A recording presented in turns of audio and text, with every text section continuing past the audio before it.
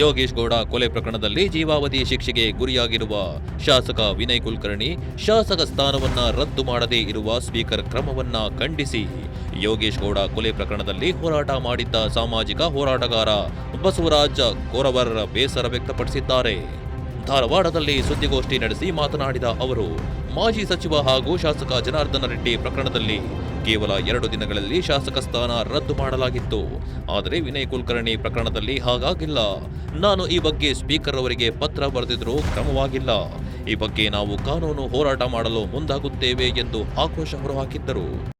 ನಾನು ಹೇಳಿದ್ದೇನೆ, ಕಾನೂನು ಪ್ರತಿಭಟಿಸುವ ಹಕ್ಕು ಎಲ್ಲರಿಗೂ ಕೊಟ್ಟಿದೆ. ಆದ್ರೆ ಬೇಸರದ ಸಂಗತಿ ಏನಂತ ಕೇಳಿದ್ರೆ, ಕೊಲೆಯ ಆರೋಪದಲ್ಲಿ ಅಪರಾಧಿಯಾಗಿ ಶಿಕ್ಷೆಗೊಳಪಟ್ಟಂತವರ ಪರವಾಗಿ ಇಲ್ಲಿ ಪ್ರತಿಭಟನೆ ಮಾಡಲಾಗುತ್ತೆ. ಅದು ಬಹಳ ಬೇಸರದ ಸಂಗತಿ. ಅದು ತುಂಬಾ ಬೇಸರದ ಸಂಗತಿ. ಪ್ರತಿಭಟಿಸಿ ಅವ್ರ ಕುಟುಂಬದ ಪರವಾಗಿ ನಿಂತ್ಕೊಳ್ಳಿ, ಅವರ ಅಭಿಮಾನಿಗಳದಾರ, ಅವ್ರ ಜೊತೆ ನಿಂತ್ಕೊಳ್ಳಿ, ಅವ್ರು ಹೋರಾಟ ಮಾಡ್ಲಿ. ನಾವು ಬೇಡ, ಕಾನೂನು ಹೋರಾಟ ಮುಂದುವರಿಲಿ ಅವ್ರದ್ದು. ಈಗಾಗಲೇ ಹೈಕೋರ್ಟಿಗೆ ಹೋಗ್ಯಾರ. ಹೈಕೋರ್ಟ್ ಸುಪ್ರೀಂ ಕೋರ್ಟಿಗೆ ಹೋಗಕ್ಕೆ ಅವಕಾಶಗಳದಾವ. ನಾನು ಮೊನ್ನೆ ಕೇಳಿದಾಗ ಹೇಳಿದ್ದೀನಿ, ಇದು ಒಂದು ಹಂತದ ಹೋರಾಟ ಮುಗಿದ್ರೆ ಇನ್ನೊಂದು ಹಂತದ ಹೋರಾಟ ಹೈಕೋರ್ಟ್ ಮತ್ತು ಸುಪ್ರೀಂ ಕೋರ್ಟ್ ಅಲ್ಲಿ ನಡೀತದೆ ಕಾನೂನು ಹೋರಾಟ ಅಂತ ಹೇಳಿದ್ದೇನೆ. ನಾನು ಹೋಗ್ಲಿ, ಬೇಡ ಅಂತ ಹೇಳೋಂಗಿಲ್ಲ. ಆದ್ರೆ ಯಾವ ಮೆಸೇಜ್ ಅನ್ನು ಕೊಟ್ಟಾರ ಸಮಾಜಕ್ಕೆ ಇವ್ರಂತ, ನಾವು ಕೊಲೆಗಡಕರ ಪರವಾಗಿದ್ದೀವಿ, ಇನ್ನೊಂದಿಷ್ಟು ಕೊಲೆ ಮಾಡ್ರಿ ನಿಮ್ ಪರವಾಗಿ ನಿಂದಿರ್ತೀವಿ ಅಂತ ಮೆಸೇಜ್ ಕೊಟ್ಟಾರ. ಏನ್ ಹೇಳ್ತಾರ ಅದರಲ್ಲಿ? ನಾವು ನ್ಯಾಯಾಲಯದ ವಿರುದ್ಧ ಅಲ್ಲ ಅಂತ, ಷಡ್ಯಂತ್ರ ಮಾಡದವರ ವಿರುದ್ಧ ಅಂತ ಹೇಳ್ತಾರೆ ಇವರು. ಷಡ್ಯಂತ್ರ ಯಾರು ಮಾಡ್ಯಾರ? ನಾನು ಹೇಳ್ಬಿಡ್ತೀನಿ ಇದ್ರೊಳಗಡೆ ಷಡ್ಯಂತ್ರ ಯಾರ್ಯಾರು ಮಾಡ್ಯಾರ, ಹೆಂಗೆ ಷಡ್ಯಂತ್ರ ಮಾಡ್ಯಾರ ಅಂತೇಳಿ. ಷಡ್ಯಂತ್ರ ಮಾಡದವ್ರು ವಿನಯ್ ಕುಲಕರ್ಣಿ ಅವರು. ಮೊಟ್ಟ ಮೊದಲಿಗೆ ಷಡ್ಯಂತ್ರ ಮಾಡಿ ಇವನು ಕೊಲೆ ಮಾಡಿಸಿದ್ದು. ಅದಾದ ಮೇಲೆ ಯೋಗೇಶ್ ಗೌಡನ ಕೊಲೆ ಮಾಡಿಸಿದ್ದು. ಅದಾದ್ಮೇಲೆ ಗುರುನಾಥ ಗೌಡನ ಜೊತೆ ಹೊಂದಾಣಿಕೆ ಮಾಡಕ್ ಪ್ರಯತ್ನ ಮಾಡಿದ್ದು. ಅದಾದ್ಮೇಲೆ ಅವರ ಶ್ರೀಮತಿ ಯೋಗೇಶ್ ಗೌಡರ ಶ್ರೀಮತಿ ಅವ್ರನ್ನ ಹೈಜಾಕ್ ಮಾಡಿ ತಗೊಂಡು ಹೋಗಿದ್ದು. ಅದಲ್ಲಗನ ಸಾಕು ಬ್ರೀಫ್ ಮಾಡಿ ಕರ್ಕೊಂಡೆ ಕೋರ್ಟ್ನಾಗ ಹಾಸ್ಟೆಲ್ ಮಾಡಿಸಿದ್ದು. ಮತ್ತೆ ಸಿಬಿಐ ಹೋಗಿ ಇವರು ಅರೆಸ್ಟ್ ಆಗಿ ಹೋದ ಮೇಲೂ ಸಹ ವಾಪಸ್ ಬಂದು ಬೇರೆ ಮೇಲೆ ವಾಪಸ್ ಬಂದ್ರು ಸುಧಾರಣೆ ಆಗ್ಲಿಲ್ಲ.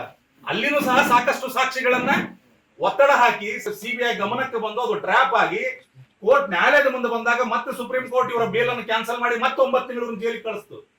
ಗಾಲಿ ಜನಾರ್ದನ್ ರೆಡ್ಡಿ ಅವರ ಶಾಸಕ ಸ್ಥಾನ.